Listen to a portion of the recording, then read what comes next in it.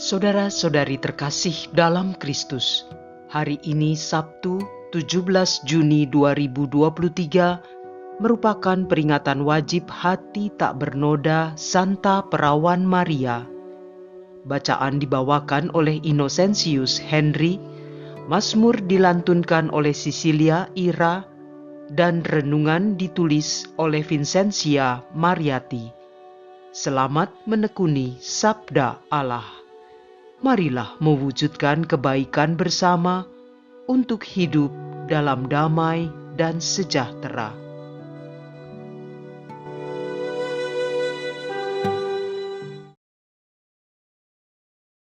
Dalam nama Bapa dan Putra dan Roh Kudus. Amin. Allah Bapa di surga, Engkau telah mencurahkan Roh-Mu yang kudus di dalam hati dan hidup kami, agar kami senantiasa berada di dalam naungan belas kasih-Mu. Mampukan kami untuk bisa bekerja sama dengan Roh Kudus-Mu, agar hati, pikiran, dan tindakan kami selalu berada dalam bimbingannya dan selaras dengan kehendak-Mu. Secara khusus saat ini, kiranya Roh Kudus-Mu membimbing kami untuk dapat menerima dan memahami firman-Mu.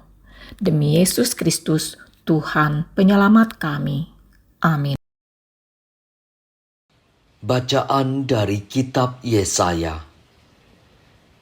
Yesaya bab 61 ayat 9 sampai dengan 11. Beginilah firman Tuhan. Keturunan umatku akan terkenal di antara bangsa-bangsa, dan anak cucu mereka di tengah-tengah suku-suku bangsa, sehingga semua orang yang melihat mereka akan mengakui bahwa mereka adalah keturunan yang diberkati Tuhan. Aku bersukaria di dalam Tuhan, jiwaku bersorak-sorai di dalam Allahku, sebab Ia mengenakan pakaian keselamatan kepadaku dan menyelubungi aku dengan jubah kebenaran, seperti pengantin pria yang mengenakan hiasan kepala dan seperti pengantin wanita memakai perhiasannya. Sebab seperti bumi memancarkan tumbuh-tumbuhan, dan seperti kebun menumbuhkan benih yang ditaburkan, demikianlah Tuhan Allah akan menumbuhkan kebenaran dan puji-pujian di depan semua bangsa. Demikianlah sabda Tuhan.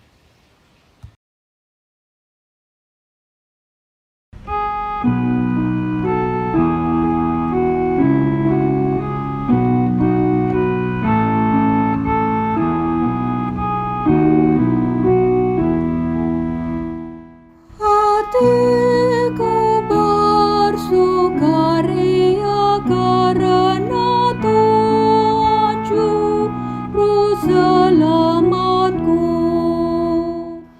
Hatiku bersukaria karena Tuhan, tanduk kekuatanku ditinggikan oleh Tuhan.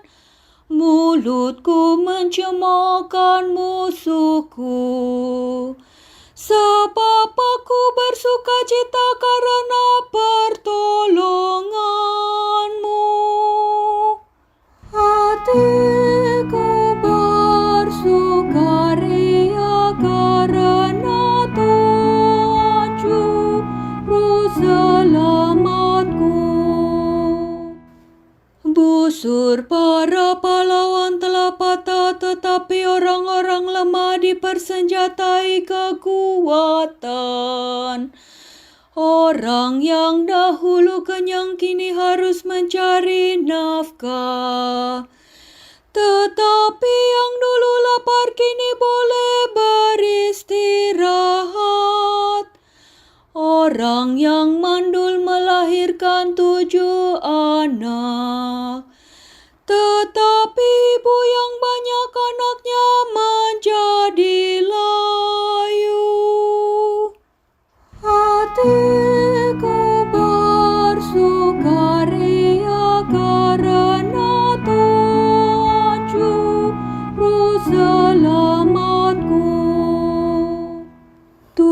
Tuhan berkuasa mematikan dan menghidupkan. Ia berkuasa menurunkan ke dalam maut dan mengangkat dari sana. Tuhan membuat miskin dan membuat kaya. Ia merendahkan dan meninggikan juga. Hatiku bersukaria karena Tuhan Juru Selamatku. Ia menegakkan orang hina dari dalam debu dan mengangkat orang miskin dari lumpur untuk mendudukannya di antara para bangsawan dan memberi dia kursi kehormatan. Hatiku bersukaria karena Tuhan Juru Selamatku.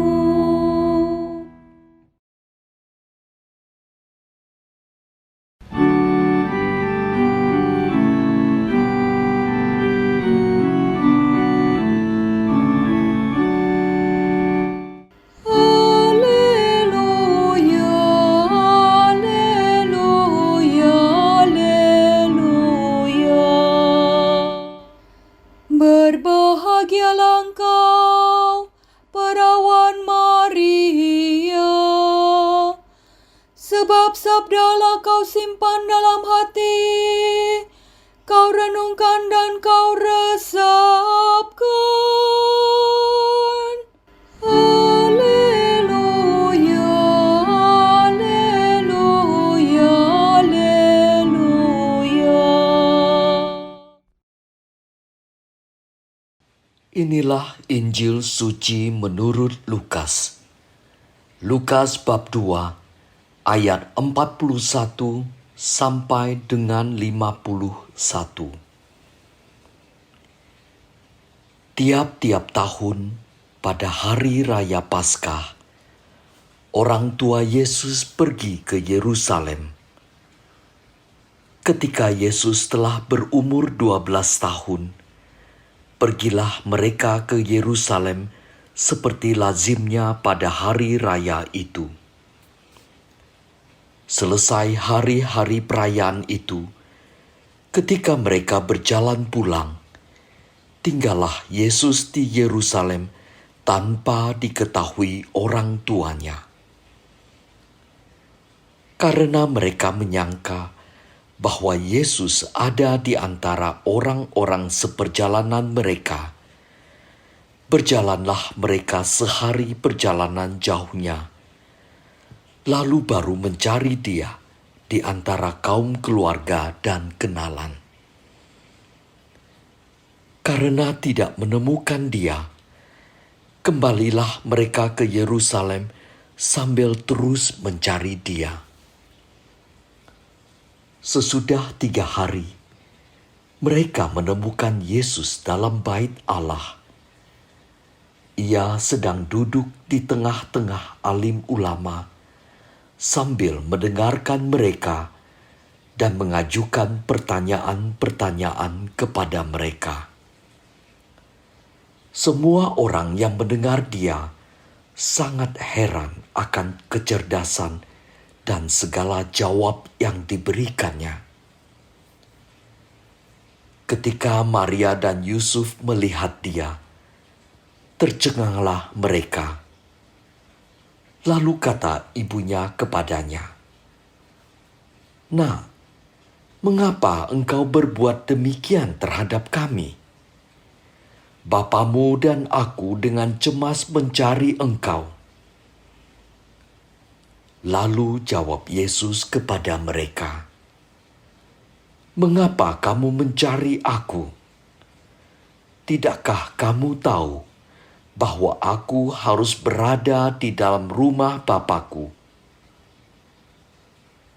Tetapi mereka tidak mengerti apa yang dikatakan Yesus kepada mereka.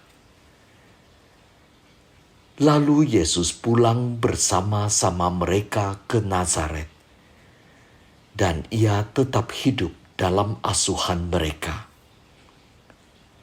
Dan Maria menyimpan semua perkara itu di dalam hatinya. Demikianlah sabda Tuhan.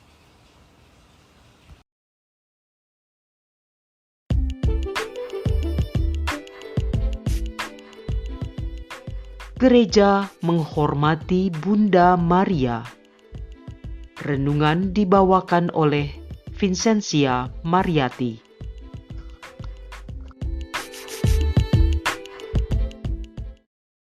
Saudari-saudara yang dikasihi Tuhan, salam damai bagi kita semua. Bacaan Injil hari ini mengisahkan tentang Yesus yang baru berusia 12 tahun, hilang atau terpisah selama 2 hari dari Maria serta Yosef, orang tuanya, dan juga dari keluarga besarnya, setelah mereka merayakan Paskah di Yerusalem. Namun ketika orang tuanya berhasil menemukan dia, Maria, ibunya, menegur dia. "Nak, mengapakah engkau berbuat demikian terhadap kami? Bapakmu dan aku dengan cemas mencari engkau." Para orang tua, khususnya para ibu, tentu bisa memahami perasaan maupun teguran Maria ini sebagai luapan emosi, kegembiraan, dan kelegaan setelah mengalami kepanikan, cemas, dan takut kehilangan putra satu-satunya itu.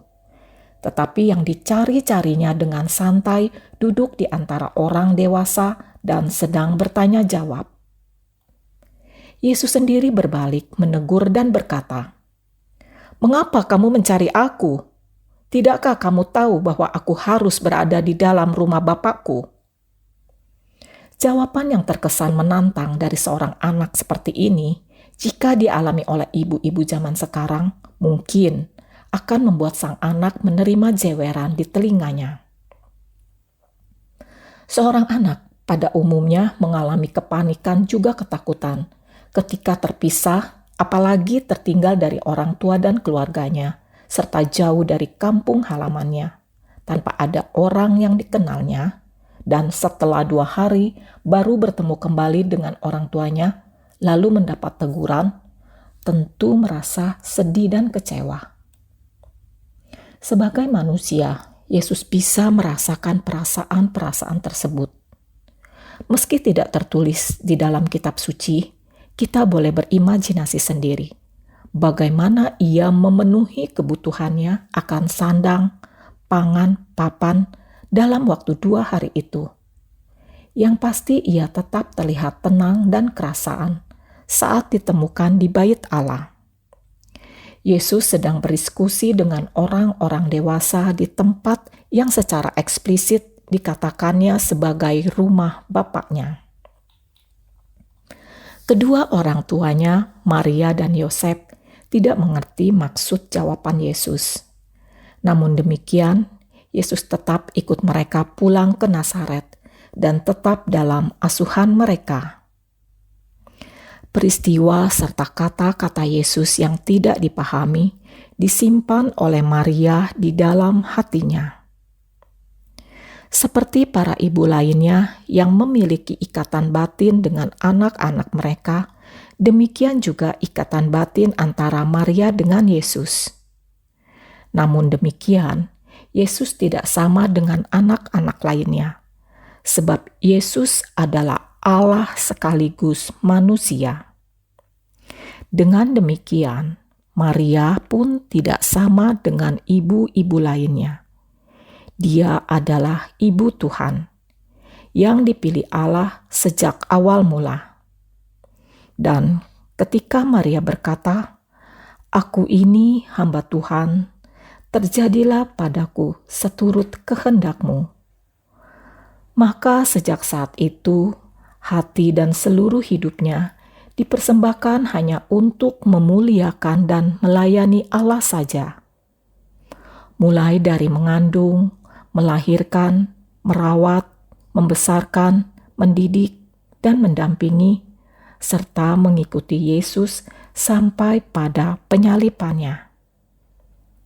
Sebagaimana dia selalu menyimpan segala perkara dalam hatinya, Maria harus menyimpan rasa sakit di dalam hatinya ketika melihat Yesus putranya menderita, disiksa, dan wafat di salib. Hati Bunda Maria yang lembut dan suci ini sangat dihormati oleh Gereja Katolik. Dan tepat pada hari ini, 17 Juni, seluruh Gereja Katolik memperingatinya sebagai perayaan Hati Tak Bernoda Santa Perawan Maria. Gereja Katolik memang memiliki penghormatan khusus terhadap Bunda Maria. Terkadang perlakuan khusus ini disalahartikan oleh mereka yang juga mengaku sebagai pengikut Kristus. Mereka bahkan menyerang dengan kata-kata untuk menjatuhkan, bukan hanya menolak Bunda Maria. Mereka malah berusaha mencari-cari kesalahan atau kekurangan Bunda Penebus kita ini. Padahal, bukankah dari atas salib Tuhan Yesus sendiri menyerahkan muridnya kepada Bunda Maria supaya diperlakukan sebagai anaknya sendiri dengan berkata, "Ibu, inilah anakmu." Dan dengan tulus hati, Maria menerima serta melakukan apa yang diperintahkan Tuhan. Dia menerima dan memperlakukan murid-murid Tuhan sebagai anaknya sendiri, mendampingi para murid dalam doa dan menyebarkan Injil sampai akhir hidupnya.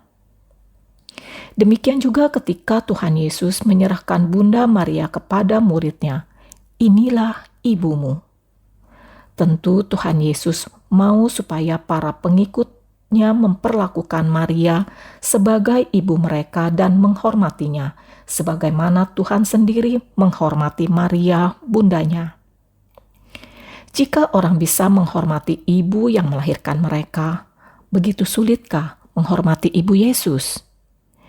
Jika bisa minta dukungan doa dari ibu yang melahirkan mereka, apakah salah jika kita minta dukungan doa dari Bunda Yesus, Bunda kita semua? Padahal dukungan doa dari Bunda Maria begitu besar kuasanya, sebab Tuhan Yesus tidak pernah menolak permintaan ibunya. Meskipun demikian, kita percaya Bunda Maria tetap mengasihi mereka yang menolak dan membencinya. Sebab Bunda Maria memiliki hati yang amat suci murni tanpa noda. Hatinya hanya mengenal belas kasih. Dan kita sebagai murid-murid Tuhan selayaknya bersyukur karena beroleh kasih sayang dari Bunda Maria yang tidak pernah menolak menjadi perantara doa-doa kita kepada Allah. Semoga kita mampu meneladani hatinya yang suci murni dan juga sikap hidupnya sepanjang hayat. Marilah kita berdoa. Allah Bapa yang Maha Kuasa, kami mengucap syukur dan berterima kasih sebab kami juga mempunyai Bunda Yesus, Maria, supaya kami memiliki ibu yang sama dengan putramu.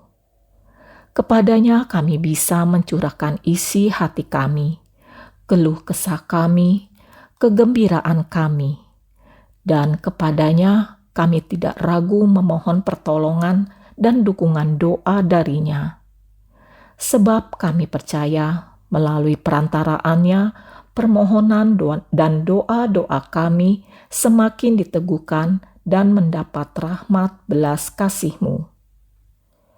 Bunda Maria, Bunda yang baik hati, doakanlah kami selalu anak-anak-Mu ini agar taat dan setia pada Yesus Kristus Putra-Mu Tuhan kami. Kemuliaan kepada Bapa dan Putra dan Roh Kudus, seperti pada permulaan, sekarang, selalu, dan sepanjang segala abad. Dalam nama Bapa dan Putra dan Roh Kudus. Amin.